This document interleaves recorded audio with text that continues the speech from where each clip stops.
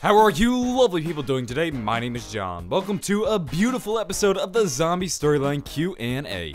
This is the only series on YouTube where I take your questions about the zombie storyline and I answer them. Whether it's a big, a small, or a simple question, I'm more than happy to answer it. So you can either leave your questions down below or you can tweet me at JohnnyJ25. And maybe while you're there, drop me a follow. I'm always on Twitter and it's one of the best ways to get in touch with me. Without further ado though, let's begin. So for today's episode, we have a question from Carlos Zaraga who asks, why is the Mob of the Dead plane on the roof of the catwalk in The Giant?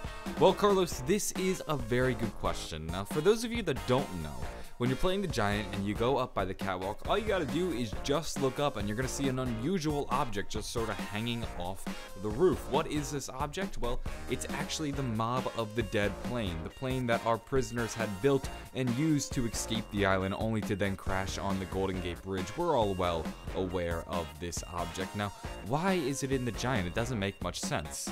To answer the question of why the Mob of the Dead plane is in The Giant, what I think we need to do is look at Shadows of Evil. There's one character within Shadows of Evil that knows a lot more than any other character, Nero. You see, Nero had delved into dark magic prior to being involved with Shadows of Evil. He was actually haunted by the Shadow Man, and he talks about a book where he learned a lot about it. Take a listen. This was the one book that I was afraid to read, the one book that gave me nightmares. Even now, I just can't. So when you first listen to this quote, it kind of sounds fairly lighthearted. Nero's afraid to read the book, but what about this book is so scary? Well, you see, Nero had been exposed to dark magic prior to Shadows of Evil. He was exposed to it because he was reading the very book that he is talking about. The book taught him all sorts of things involving dark magic and the realm of Cthulhu and this entire mythos, and it terrified him. He was not ready for this much information, and it actually resulted in the Shadow Man haunting his dreams. So if there is one character who is the most knowledgeable about anything going on within Shadows of Evil, it is Nero. He has seen it all before in his dreams, he has read about it in the book, he has the greatest grasp out of anything within this map, so we need to listen to what he's saying. What he says throughout the map is incredibly important. In fact, he actually sort of reveals why we see the Mob of the Dead plane on the map Giant.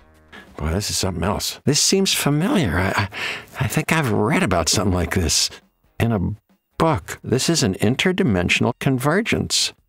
Other galaxies, other realities are bleeding into our own. So listen to what he said, an interdimensional convergence. Other galaxies are bleeding into our own. The quote ends right there. I know it sounds like he's going to go on and say more, but that's unfortunately where it ends. And that is huge. This entire time, over the past several years, we've been describing the zombie storyline, and we've used the phrase element 115 displacement. This is a word that we created as a community, but now Treyarch is actually stating to us that what we should call this are interdimensional convergences. And there are several interdimensional convergences within Shadows of Evil and Mob of the Dead. You'll notice that there is, of course, the plane that we can see flying across Shadows of Evil. You'll also notice a map of the Alcatraz prison within the Shadows of Evil. And finally, the poster that we found in the Mob of the Dead Easter egg is scattered all across Shadows of Evil. So these are examples of interdimensional convergences. Others examples could be the weapons that don't belong to their time period and the perk machines, as well as the mystery box, of course. So this is what's going on when things are displaced and brought into the wrong universe. And if Mob of the Dead items were converged into the Shadows of Evil realm, then it's not too far-fetched to say that the reason the Mob of the Dead plane was brought into the Giant was because the dimensions are converging. What if our characters have been jumping through so many different universes in so many different timelines that things are starting to fall apart and break? We do mention that Dr. Maxis has been destroying universes. What if quite possibly when universes are destroyed, little bits of it escape and then converge into other universes? And as a result, we've seen the Mob of the Dead plane pop up in Shadows of Evil, and we see it sitting atop of the Mob of the Dead the Giant rooftop.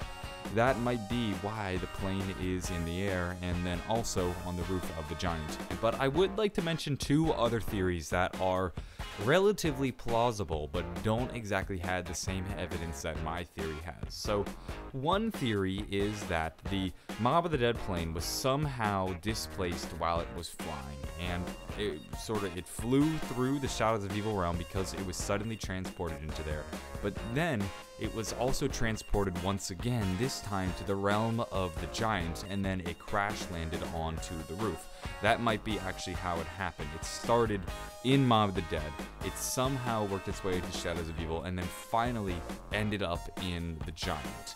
There is also another theory that maybe the Mob of the Dead plane actually starts off in Mob of the Dead, our characters are riding atop of it, and then right before they crash land into the Golden Gate Bridge, there is a flicker of light. The screen turns white and you can't see anything. What if during this brief flicker, our characters were suddenly transported into the realm of Shadows of Evil, and then right before they are about to go somewhere in Shadows of Evil, they transport back into the realm of Mob of the Dead and crash into the Golden Gate Bridge. But it could just very well be that when you are transporting into another dimension, time maybe feels like it's going faster, so we don't realize it, and things just happen so quick, it's like in the blink of an eye, and boom, we're just at the Golden Gate Bridge. Those are two very plausible theories, and they could actually work hand in hand with this idea of interdimensional convergences. That's going to wrap things up, though, for this episode of the Zombie Storyline Q&A. If you enjoyed the video, maybe give it a like and possibly subscribe for more videos. I upload multiple episodes of the Q&A every week, and if you enjoyed this one, I'm sure you'll love the next one.